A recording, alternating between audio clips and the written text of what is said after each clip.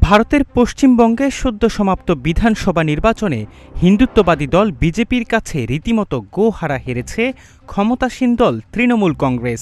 নির্বাচনে পরাজয়ের পর অন্যান্য রাজ্যগুলোতে মুখ্যমন্ত্রীরা পদত্যাগ করলেও সে পথে হাঁটতে নারাজ পশ্চিমবঙ্গের মুখ্যমন্ত্রী মমতা ব্যানার্জি। বরং তিনি প্রশ্ন তুলেছেন নির্বাচনে তাকে হারিয়ে দেয়া হয়েছে, সুতরাং তিনি কেন পদত্যাগ করবেন এমন প্রশ্নও তোলেন। জীবন অবাক না করলে কে করবে? 28% মিল্ক ফ্যাটের অবাক করার সাথে ফ্রেশ মিল্ক পাউডার। জীবন অবাক করুক প্রতিদিন। এমন অবস্থায় প্রশ্ন উঠেছে, মমতা যদি পদত্যাগ না করেন তবে পরবর্তীতে কি ঘটবে?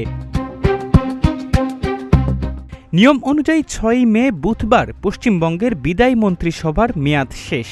ফলে এদিনের পর মমতা ব্যানার্জি যেমন মুখ্যমন্ত্রী থাকতে পারবেন না, তেমনি তার বিদায়ী মন্ত্রিসভাও আর কার্যকর থাকবে না। ভারতীয় সংবিধানের 164 1 অনুচ্ছেদে বলা হয়েছে, মুখ্যমন্ত্রী রাজ্যপালের ইচ্ছা সাপেক্ষে পদে অধিষ্ঠিত থাকেন। দিল্লির জওহরলাল নেহেরু বিশ্ববিদ্যালয়ের সেন্টার ফর পলিটিক্যাল স্টাডিজের ডক্টর সুধীর কে সুতার জানান, রাজ্যপালের ইচ্ছা আসলে নির্ধারিত হয় সংখ্যাগরিষ্ঠ নির্বাচিত জনপ্রতিনিধিদের দ্বারা একজন নেতার উপর অর্পিত আস্থার মাধ্যমে। যদি বর্তমান মুখ্যমন্ত্রী পদত্যাগ না করেন তবে রাজ্যপাল তার ক্ষমতা প্রয়োগ করে সেই মুখ্যমন্ত্রী সহ মন্ত্রিপরিষদকে বরখাস্ত করতে পারেন। এছাড়াও ভারতীয় সংবিধানের 172 নম্বর অনুচ্ছেদে রাজ্য বিধানসভাগুলোর মেয়াদকাল প্রথম অধিবেশনের তারিখ থেকে 5 বছর।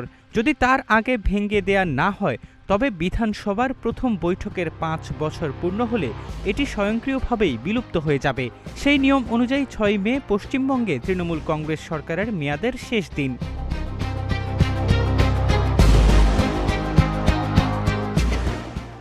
দিল্লির বিধি সেন্টার ফর লিগ্যাল পলিসির সাংবিধানিক আইন কেন্দ্রের প্রধান স্বপ্নীল ত্রিপাঠী জানান, সাংবিধানিক প্রথা অনুযায়ী বিদায়ী মুখ্যমন্ত্রী পদত্যাগ করেন এবং নতুন সরকার শপথ গ্রহণ না করা পর্যন্ত তত্ত্বাবধায়ক মুখ্যমন্ত্রী হিসেবে পদে থাকেন।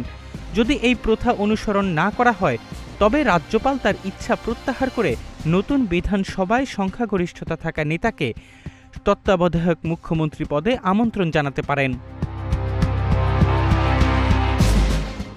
সাংবিধানিক আইন বিশেষজ্ঞ এবং লোকসভার প্রাক্তন সেক্রেটারি জেনারেল PDT আচারিয়া জানান, মমতা ব্যানার্জি পদত্যাগ না করলেও কিছু যায় আসে না। ভারতের সংবিধান অনুযায়ী তিনি কেবল বর্তমান বিধানসভার মেয়াদের জন্যই মুখ্যমন্ত্রী থাকতে পারবেন। সেই তারিখের পর তাকে আইন অনুযায়ী নিজে থেকেই মুখ্যমন্ত্রী পদ থেকে অপসারণ করা হবে।